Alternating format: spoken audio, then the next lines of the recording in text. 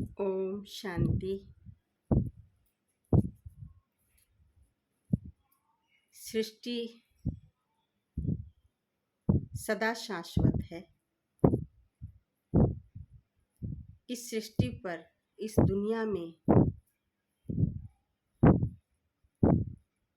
कभी प्रलय होती है या सदा चलती है। क्या होता है इस दुनिया का, कैसे चलती है ये दुनिया। कई कहते हैं कि जब सृष्टि बिल्कुल अंत की स्थिति में होती है तो महाप्रलय आती है, चारों तरफ जल ही जल हो जाता है, पानी ही पानी हो जाता है। तब पीपल के पत्थर पर एक बच्चा श्री कृष्ण के रूप में आता है। तो चारों तरफ जब पानी ही पानी है, पीपल के पत्ते पर उस पानी में वो बच्चा मनुष्य शरीर कहाँ से आता है। ये एक प्राकृतिक रचना है कि मानव का शरीर मानव के शरीर में ही बनता है। पीपल के पत्ते पर कहाँ से बच्चा आया, जबकि भगवान ने तो हम सबसे मनुष्य आत्माओं से एक वायदा किया है। वो इस पृथ्वी पर आता है, संसार में आता है, अनेक अधर्मों का नाश करने और एक सत्य धर्म की स्थापना करने। उसने तो ये कभी नहीं कहा कि मैं आके प्रलय करता हूँ, प्रलय लाता हूँ। पर हम ये मानते हैं आम मान्यता में कि सृष्टि पर प्रलय आ जाती है, चारों तरफ जलमयी हो जाती है। फिर पुनः सृष्टि कैसे चलती है, तो उसके लिए दिखाते पीपल के पत्ते पर एक बच्चा आया।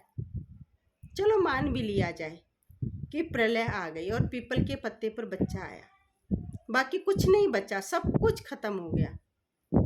तो जब सब कुछ खत्म हो गया तो वापस से ये फल, ये फूल, ये अनाज, ये सब कहाँ से आए। इन प्रलय आ गई तो इनका बीज भी समाप्त हो गया।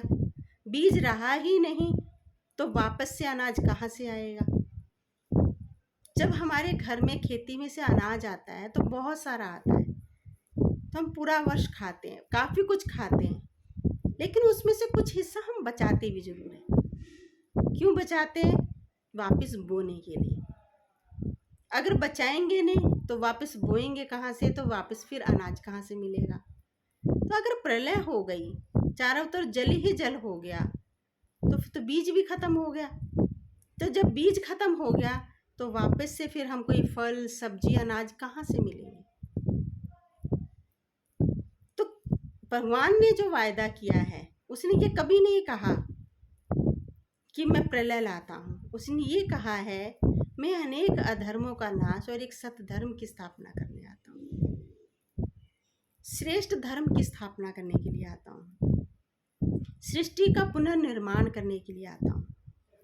उसने ये कभी नहीं कहा कि मैं प्रलय लाता हूँ। तो भगवान जब धरती पर आते हैं वो प्रलय नहीं लाते हैं।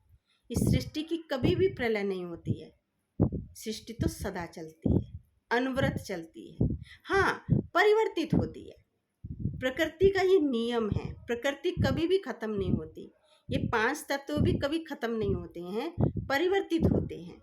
जैसे हम एक उदाहरण से लेते हैं, जैसे एक वृक्ष होता है, वृक्ष छोटा होता है, धीरे धीरे वो बड़ा होता है, और बड़ा होकर के वो ऐसी स्थिति में होता है कि सूख जाता है, तो फिर हम उसको काट देते हैं। जब काट देते हैं तो उसकी लकड़ी बन जाती है, तो लकड़ियों को हम जला लेते हैं। जब लकड़ी जल जाती है तो वो राख बन जाती है। तो कई सोचते हैं लकड़ी तो जल गई, वो खत्म हो गई, लेकिन नहीं, खत्म नहीं हुई। उसने रूप परिवर्तित किया, वो राख के रूप में, मिट्टी के रूप में परिवर्तित होगी, और मिट्टी जमीन में मिक्स हो जाती है, और फिर वापस मिट्टी से फिर वापस वृक्ष पैदा हो जाता है।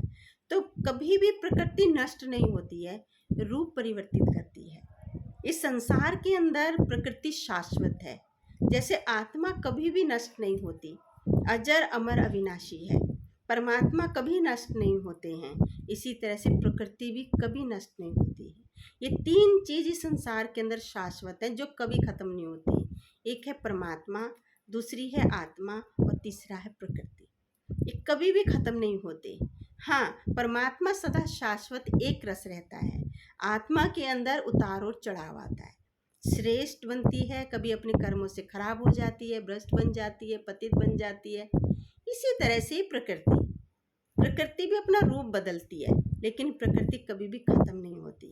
और ये सृष्टि जो है आत्मा और प्रकृति के संयोग से बनती है, दोनों के मिलाप से इस संसार में चलता है। जो भी हम मनुष्य जीवन लेते हैं, प्रकृति पंच तत्वों का और आत्मा का जो मेल होता है, ये शरीर पंच तत्वों से मिलकर बनता है। और आत्मा, जीवात्मा जब इसके अंदर आती है तब ये सृष्टि का सारा खेल चलता है। तो ये सृष्टि कभी भी खत्म नहीं होती है, सृष्टि सदा चलती है, कभी भी प्रलय नहीं आती है। हाँ, पुरानी से नई जरूर होती है। परमात्मा ने कहा है कि मैं अधर्म का नाश और सद्धर्म की स्थापना करने के लिए आता हूँ। पतित भ्रष्टाचारी मनुष्यों को दिव्य श्रेष्ठाचारी बनाने के लिए आता हूँ। तो जब ये सृष्टि बिल्कुल पुरानी हो जाती है तो परमात्मा आता है। तो जो आसुरी वृत्ति की आत्माएं हैं, आसुरी स्वभाव संस्कार की आत्माएं हैं, दूषित स्वभाव संस्कार की आत्माएं हैं, उन सबको परमात्मा ले जाता है अपने साथ, मुक्ति धाम ले जाता है, जिसको निर्वाण धाम कहते हैं, मुक्ति धाम भी कहते हैं, जिसको ब्रह्मलोक भी कहते हैं, वहाँ सबको ले जाता है। लेकिन जिन आत्माओं का आकर के वो पुनर्निर्माण करता है, जिसको कहते हैं उनके संस्कारों का पुनर्निर्माण, उनके अंदर दिव्य श्रेष्ठ संस्कारों का सृजन करता है, दिव्यता का सृजन करता है, जो धर्म का सृजन करता है जिसके अंदर, तो वो दिव्य आत्माएं इस सृष्टि में कुछ बचती हैं, जिनके द्वारा पुनः ये सृष्टि चलती है। क्योंकि शरीर भी शरीर के माध्यम से ही आता है, बिना पंच तत्वों के शरीर कैसे आ सकता है। इसी तरह से अनाज भी कभी खत्म नहीं होता है, जैसे अनाज सदा अनादि ही है, इसी तरह मनुष्य भी सदा अनादि ही है। हाँ, दूषित से शुद्ध, शुद्ध से दूषित जरूर होता है। जैसे मकान नए से पुराना, पुराने से फिर वापस उसी जमीन पे नया मकान खड़ा कर लिया जाता है। इसी तरह से इस सृष्टि पर कभी भी प्रलय नहीं आती है। तो ये हम बहुत सारी बड़ी भ्रांति में थे कि सृष्टि पूरी खत्म हो जाती, पूरी सृष्टि कभी भी खत्म नहीं होती। वापस नए से आने के लिए परमात्मा उस सृष्टि के सुंदर से कार्य को करने के लिए वो आता है। तो कभी भी प्रलय नहीं होती है और सृष्टि सदा अनादि है और सदा चलती है, केवल परिवर्तित होती है। ओम शांति।